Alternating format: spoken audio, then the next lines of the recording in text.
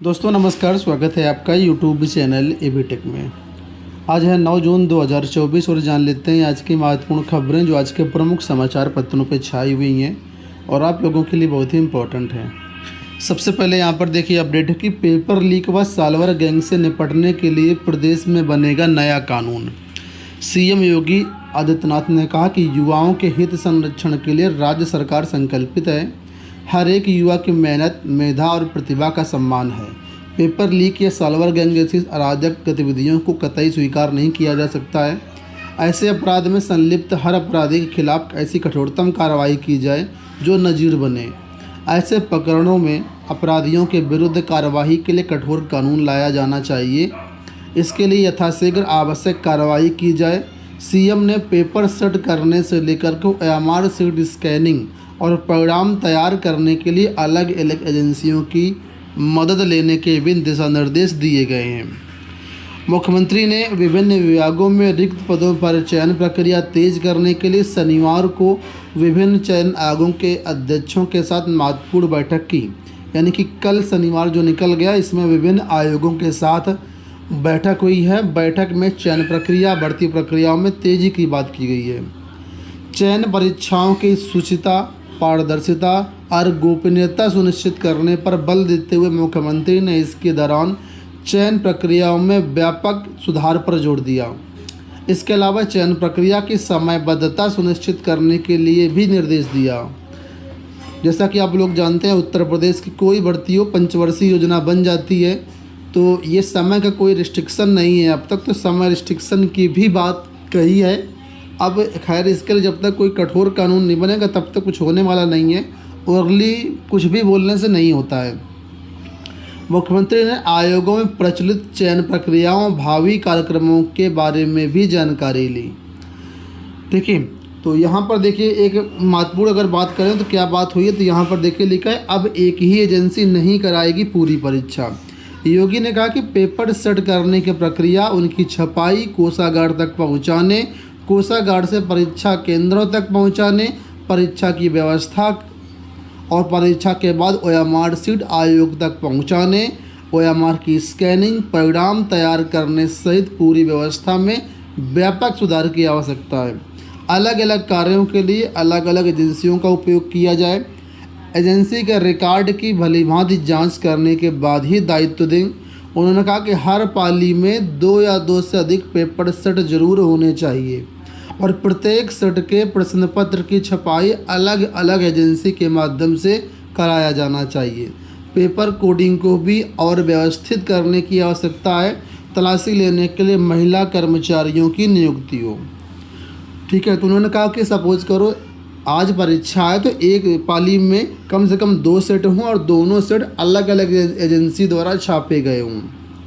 इसके बाद यहाँ पर देखिए लिखा है एक ही दिन में होगी एक परीक्षा, नहीं एक ही परीक्षा। उन्होंने कहा कि चयन आयोगों से अपेक्षा है कि वे भर्ती परीक्षाओं के लिए कैलेंडर समय से जारी करें और कड़ाई के साथ उसका अनुपालन करें।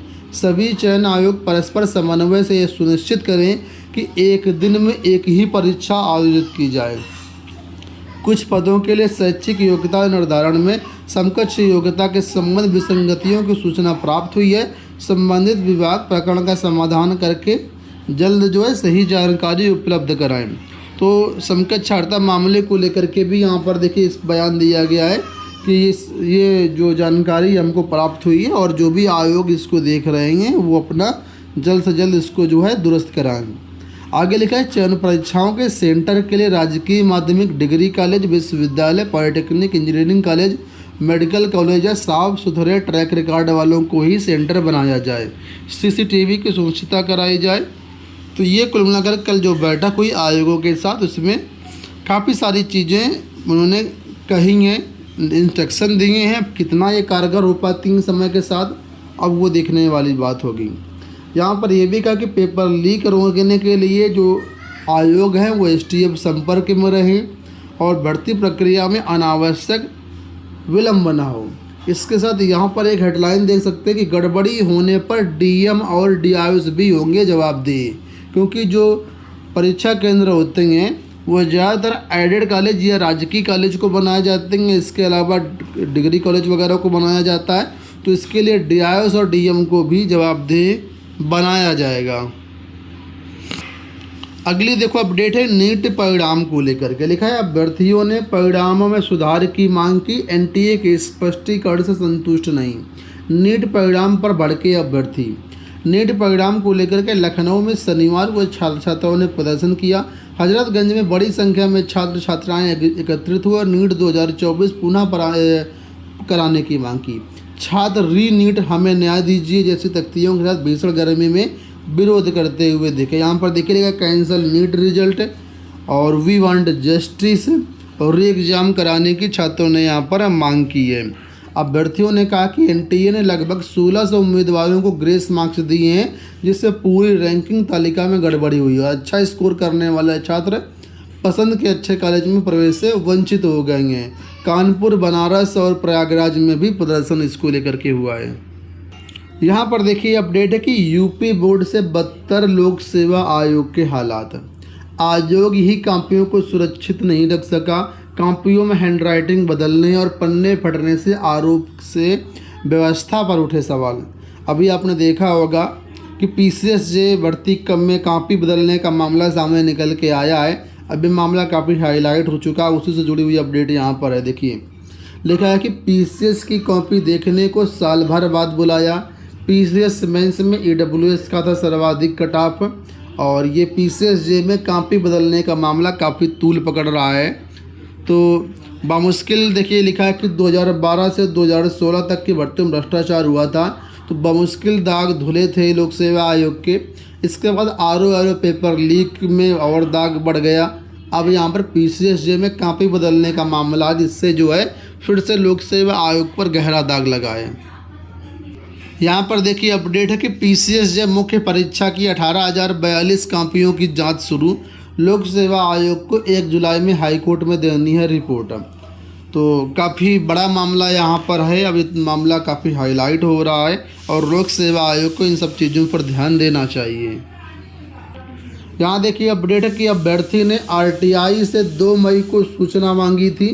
आयोग कॉपी दिखाएगा 1 वर्ष बाद। तो ये हालात हैं आयोग के, 1 वर्ष बाद कॉपी आयोग दिखाएगा। BEd प्रवेश परीक्षा आज 470 केंद्रों पर शामिल होंगे 2.2 लाख 3 अभ्यर्थी। तो बुंदेलखंड विश्वविद्यालय द्वारा रविवार को इस परीक्षा का आयोजन किया जाएगा। यह परीक्षा 51 जिलों में हो रही, 470 केंद्र बनाए गए और करीब 2.25 लाख अभ्यर्थी इसमें शामिल हो रहे हैं। तो सभी को इस परीक्षा की बहुत बहुत शुभकामनाएं। उत्तर प्रदेश में परिषदीय प्राथमिक शिक्षकों के 80,000 पदों पर भर्ती की आस जगी है। इसी के बारे में देखिए समाचार पत्रों में दिया गया है कि मुख्यमंत्री योगी आदित्यनाथ के भर्तियां शुरू करने के फरमान ने बेरोजगारों की आंख में एक बार फिर से चमक पैदा कर दी है। लाखों बेरोजगार खासतौर पर प्राथमिक स्कूलों में सहायक अध्यापक भर्ती के लिए आशान्वित हैं। बेसिक शिक्षा विभाग ही सबसे अधिक नौकरी देता है और इसमें करीब पिछले 5.5 साल में कोई भर्ती नहीं आई है। दिसंबर 2018 में 69,000 पदों पर भर्ती आई थी। अब यहाँ पर CM के जो बयान आया हुआ है उससे करीब 80,000 पदों को लेकर के भर्ती की जानकारी मिल रही है। देखिए लिखा है अभ्यर्थियों के दावे पर यकीन करें तो सुप्रीम कोर्ट को सरकार की ओर से दी गई जानकारी और 4 साल में हुई सेवानिवृत्ति से लेकर के कुल मिलाकर के 80,000 से अधिक पद जो है रिक्त बन रहे हैं और अब इसमें आने वाले टाइम पर भर्तियाँ हो सकती हैं। तो अगर 80,000 प्राथमिक शिक्षकों की भर्तियां होती हैं तो बहुत अच्छी बात होगी। जैसा कि आप लोग जानते होंगे ये भर्तियां नया शिक्षा सेवा आयोग करवाएगा। तो ऐसे में अभी इस भर्ती में वक्त लगेगा। फिलहाल मुझे लगता नहीं कि नवंबर दिसंबर के पहले कोई भर्ती नहीं आ सकती है। पंचायत सहायकों के 4,821 रिक्त पदों पर होगी भर्ती। आप लोग जानते होंगे कि पंचायत सहायकों में पिछले साल भर्तियाँ आई थी, लेकिन कुछ पदे जो भर नहीं पाए थे, कई कारण से खाली चले गए हैं। तो इन पदों पर दोबारा से विज्ञापन आएगा। 10 जून को इसका विज्ञापन जारी होना है, यानी कल ये विज्ञापन जारी होना है और इसमें जो पंचायत सहायकों की अच्छी खासी भर्तियां हैं। तो जो भी लोग यहाँ पर इंतज़ार कर रहे हैं तो आप लोग इसके लिए कल का विज्ञापन देख सकते हैं। पुलिस भर्ती परीक्षा आप लोग जानते हैं कि हुई थी, पेपर लीक के कारण इस परीक्षा को रद्द कर दिया गया था। तो फिलहाल सिपाही भर्ती की परीक्षा पर भी कवायद शुरू हो रही है और 60,244 रिक्त पदों पर भर्ती के लिए लिखित परीक्षा कराने के लिए उत्तर प्रदेश पुलिस भर्ती प्रोन्नति बोर्ड ने तैयारी शुरू कर दी है। सूत्रों की माने तो भर्ती बोर्ड परीक्षा कराने के लिए कंपनी का चयन करेगा। साथ ही अभ्यर्थियों द्वारा जताई गई आपत्तियों को भी दूर करने की भर्ती प्रक्रिया में अहम बदलाव करने जा रहा है। कुल मिलाकर के आने वाले टाइम पर इसकी परीक्षा देखने को आपको मिलेगी। दोस्तों, ये हो गई आज की सारी सूचनाएं। इस वीडियो में इतना ही। धन्यवाद।